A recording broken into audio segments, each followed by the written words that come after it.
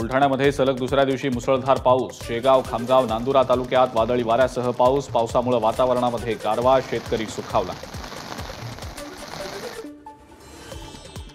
अकोला शहरासह ग्रामीण भागामध्ये वादळी वाऱ्यासह पाऊस। उन्हामुळे हैराण नागरिकांना दिलासा। परभणीच्या पाथरी आणि मानवत तालुक्याला पावसानं झोडपलं। मानोलीत ओढ्याच्या पाण्यात 2 महिला वाहून गेल्या। एका महिलेला वाचवण्यात यश, तर एक महिला अजूनही बेपत्ता। नागपूरमध्ये वादळी वाऱ्यासह झालेल्या पावसानं संत्राबाग जमीनदोस्त। मदाना तालुक्यातल्या शेतकऱ्याची संत्राबाग उद्ध्वस्त, शेतकरी हवालदिल। धाराशिवमधल्या उमरग्यात मुसळधार पाऊस। शहरासह कदेर, नारंगवाडी आणि अन्य गावांमध्येही पावसाची हजेरी। काही ठिकाणी गावात जाणाऱ्या पुलांवर पाणी साचल्यानं वाहतूक खोळंबली। हिंगोली जिल्ह्यामध्ये पावसाची हजेरी। पावसामुळे हवेत गारवा निर्माण झाल्यानं उकाड्यापासून हैराण नागरिकांना दिलासा। वाशिममध्ये सलग 5व्या दिवशी अनेक भागात वादळी वाऱ्यासह जोरदार पाऊस। त्यामुळे शेतकऱ्याच्या शेतातल्या कामांना आणि पेरणीच्या कामांना वेग। लातूरमध्ये सलग 5व्या दिवशी पाऊस। लातूरमधला शेतकरी सुखावला। सांगलीच्या अग्रणी नदीपात्र परिसरामध्ये मुसळधार पाऊस सुरूच। खानापूर आणि तासगावच्या वायफळे इथं अग्रणी नदीच्या बंधाऱ्यावरनं पाणी वाहतानाचं दृश्य कॅमेऱ्यामध्ये चित्रित। लातूरच्या निलंग्यात पावसाची दमदार बॅटिंग। छोट्या मोठ्या तलावांसह ओढ्यांना पाणी। अनेक ठिकाणी शेत शिवारातही शिरलं पावसाचं पाणी। नाशिकच्या देवळ्यातल्या उमराणे इथं पावसामुळे झालेल्या नुकसानाची खासदार भास्कर भगरेंकडून पाहणी। शेड कोसळल्यानं मृत झालेल्या मुलाच्या घरी भगरेंनी दिली सांत्वन परतफेड। लातूरमध्ये वादळी वाऱ्यासह झालेल्या पावसामुळे पपई बागेचं नुकसान। वीज पडल्यानं एकाचा मृत्यू तर 9 जनावरं दगावली। निलंगा तालुक्याला सर्वाधिक फटका। रत्नागिरी नागपूर राष्ट्रीय महामार्गावरील 400 वर्ष जुनं वडाचं झाड सलगचा पाऊस आणि वाऱ्यामुळे कोसळलं।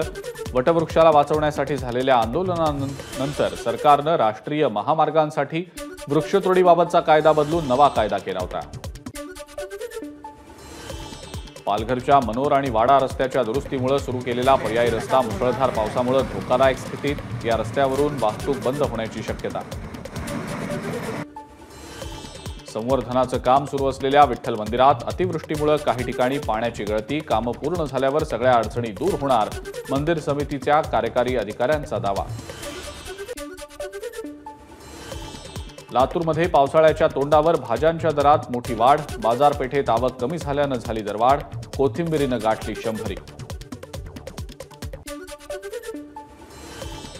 75 ते 100 मिलीमीटर पाऊस झाल्याशिवाय पेरण्या करू नका। वसंतराव नाईक मराठवाडा कृषी विद्यापीठातल्या तज्ज्ञांचं शेतकऱ्यांना आवाहन।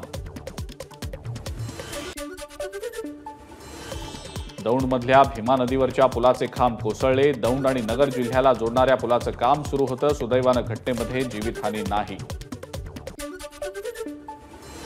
परभणीच्या जिंतूरमध्ये वीज पडल्यानं 70 वर्षीय नागरिकाचा मृत्यू, तर दैठणा शिवारातल्या धोंडी परिसरात मुसळधार पावसामुळे काही काळ धोंडी दैठणा मार्ग बंद।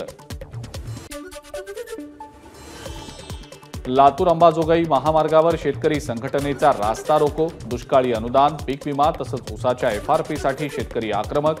आंदोलनामुळे वाहनांच्या लांबच लांब रांगा।